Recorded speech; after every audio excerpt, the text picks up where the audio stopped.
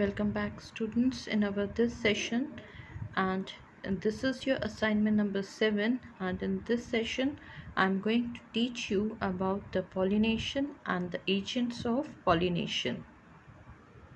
So here we start. First thing is that what is pollination? The process of transfer of pollen grains from anther to stigma is called pollination. So now you can understood that this term pollination means the transfer of pollen grains from anther to stigma is known as pollination. And there are two types of pollination. One is self-pollination and second is cross-pollination. Now first we see what is self-pollination. Transfer of pollen grains from anther to stigma of the same flower or different flower on the same plant is known as self-pollination. Means transfer of pollen grains from anther to stigma of the same flower or of different flower, but that is of the same plant. This is known as self-pollination. Now this process is quite economical as no agents are involved in it. So for this self-pollination, the agents, there are no requirement of any kind of agents. Now we see the cross-pollination. Transfer of pollen grains from the anther of flower of one plant to stigma of flower of another plant of same species is called as cross-pollination. So you can differentiate between the two, that in self-pollination there is transfer of pollen grains from anther to stigma of the same flower or another flower of the same plant. But here in cross-pollination, the transfer of pollen grains is from anther of flower of one plant to the stigma of flower of another plant, but it is of same species.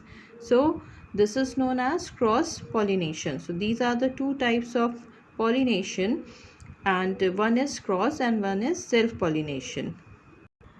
Now we see the agents of pollination. First is entomophily, that means pollination by insects.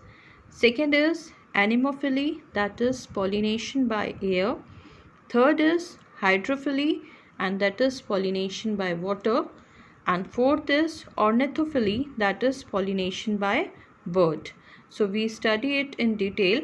First we take entomophily. So first we see about entomophily. As I told you, that is a pollination that occurs by insects. It is the process of transfer of pollen grains from anthers to stigma of another flower through the agency of insects. Means for entomophily, the pollination occurs because of the insects. The insects, they take the pollen grains from one part to the other. The insects visit the flowers for its edible pollen grains or nectar, or shelter against rain, heat or cold, or for laying eggs.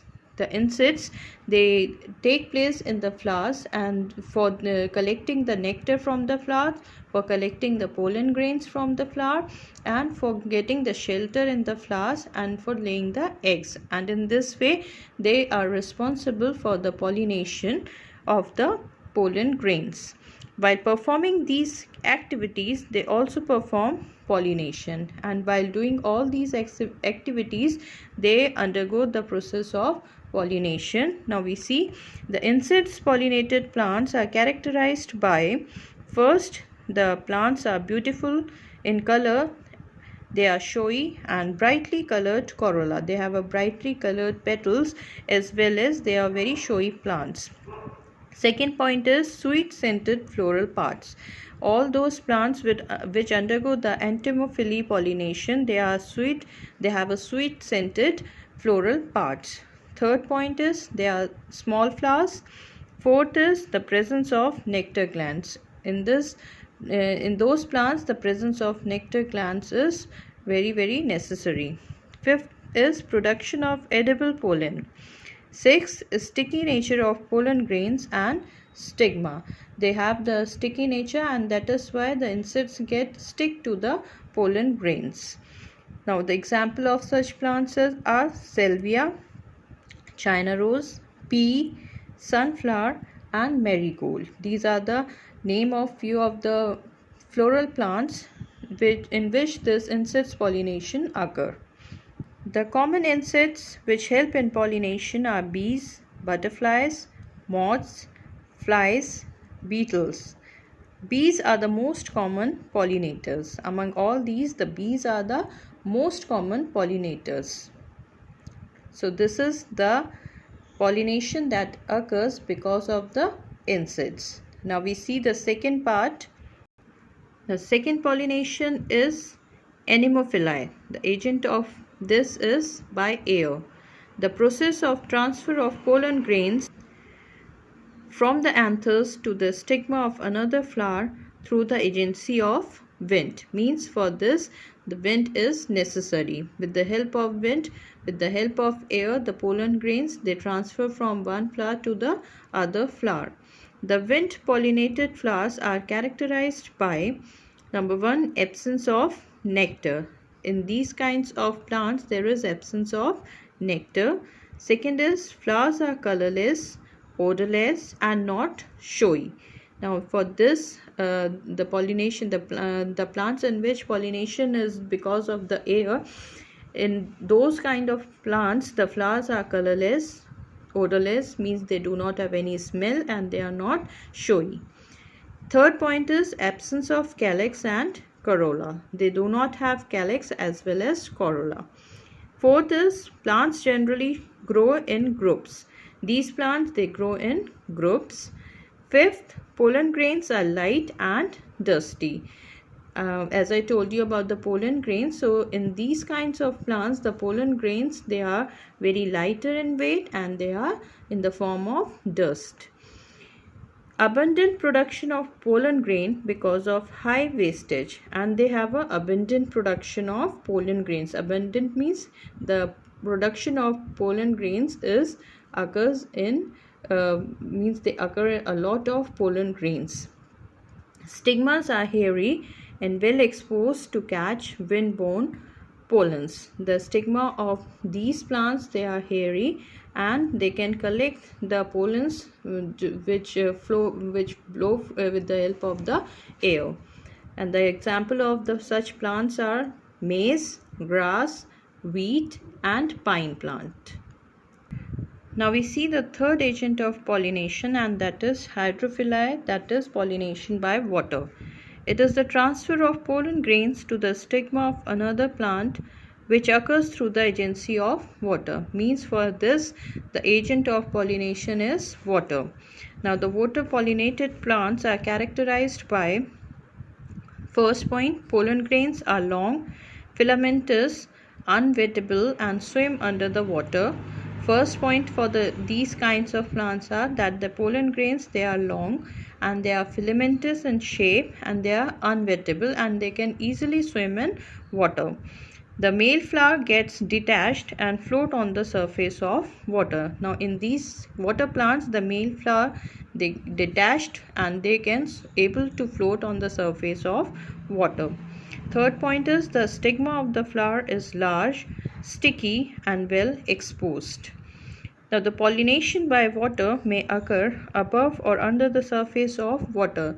Now in these plants the pollination they might be occur on the surface of water or they may be occur under the water. It occurs in some aquatic plants and the examples of aquatic plants are Zostera, Vallisneria and Hydrilla. These are few examples of aquatic plants. Now in Vallisneria, the male flowers are submerged in water while female flowers with long stalk floats on water surface. Now in this plant, the male flowers they submerged in water and the female flowers they have a long stalk and they can able to float on the water surface.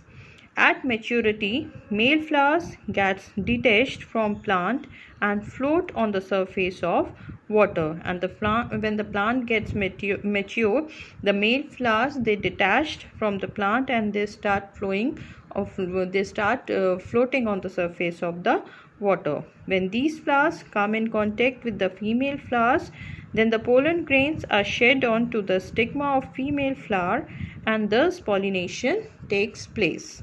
So in this way the pollination takes place in the water. Now we see the fourth agent, and that is ornithophyllae. Ornithophyllae means the pollination by bird. Now pollination by birds is brought about in large number of plants. For example, bombyx, begonia, canae, and small sunbirds and hummingbirds, while feeding edible pollen and nectar, also perform pollination. Now when the birds they sit on the flowers, they are also responsible for the pollination. Now these bird pollinated plants are characterized by, number one, they are large in size and stout. Second point, showy and brightly colored. They are brightly colored plants. That's why the birds attract towards those plants. Floral parts are thick and leathery. The floral part of these plants are thick and as well as they are leathery. They have a shine on them. Fourth is production of abundant nectar. These plants produce nectar in abundance. Fifth is production of abundant edible pollen. These plants they produce edible pollen in excess amount. Now in plants which are pollinated by bats, the flowers have strong odor to attract the nocturnal birds, as they are unable to see at night. Nocturnal birds means, children, that they can able to see at night only. So in these plants they are sweet smell, they have so strong odor so that they can attract the nocturnal bird during the night also. Now after pollination, the next process is fertilization. Now we see what is fertilization. Fertilization is the process in which fusion of nuclei of male and female gametes takes place, which leads to the formation of zygote. Means during the process of fertilization, the male gamete as well as the female gamete, they undergo the formation of zygote, and in this way they can able to produce a new plant from them. So this is the process of fertilization, and this is all about this session. Now I upload the next video for you very soon. Till then, thank you.